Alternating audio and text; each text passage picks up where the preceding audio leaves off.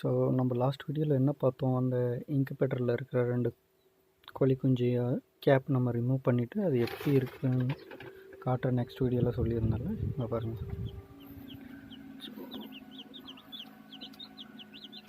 இருக்குங்களா, இதுதான் வந்து ஃபஸ்ட்டு நம்ம கேப் வந்து ரிமூவ் பண்ணது. செகண்ட் இது. ஸோ ரெண்டுமே ஆக்டிவாக இருக்குது. இது அதுக்கப்புறமேட்டுக்கு நான் கேப் ரிமூவ் பண்ணிவிட்டு எடுத்த கோழி குஞ்சுங்க. ஸோ ரிமைனிங் 3 எக்ஸ் இருக்குது. மேக்ஸிமம் இன்றைக்கி நைட்டு பொரிச்சிரும்னு நினைக்கிறேன்.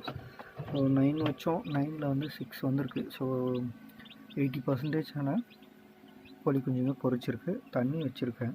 ஸோ நாளையிலேருந்து இது ஃபுட்டு எடுத்துக்கும். ஸோ நாளைக்கு இது நல்லா கொஞ்சம் நல்லா ஆக்டிவாக நடக்க ஆரம்பித்து நல்லா தண்ணி குடிக்க பழகிடுச்சுன்னு வச்சுக்கோங்க.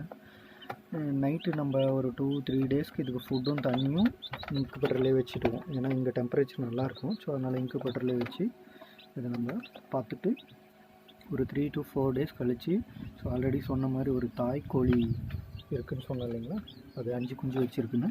ஸோ அதோட இதை வந்து நைட் டைமில் அடாப்ட் பண்ண வச்சிட்டோம்னா அது அடாப்ட் ஆகிடும். ஸோ ஃப்ரெண்ட்ஸ், நீங்கள் இந்த மாதிரி பண்ணியிருந்தால் எனக்கு கமெண்ட் செக்ஷனில் கமெண்ட் கொடுங்க. இதை எப்படி நீங்கள் வளர்த்துறீங்க, என்ன பண்ணுறீங்க, என்ன மாதிரி ஃபுட் கொடுக்குறீங்கன்னு. ஸோ இதை வந்து அதோட தாய் கூட சேர்த்தும் போது நெக்ஸ்ட் வீடியோவில் போடுறேன். தேங்க்யூ.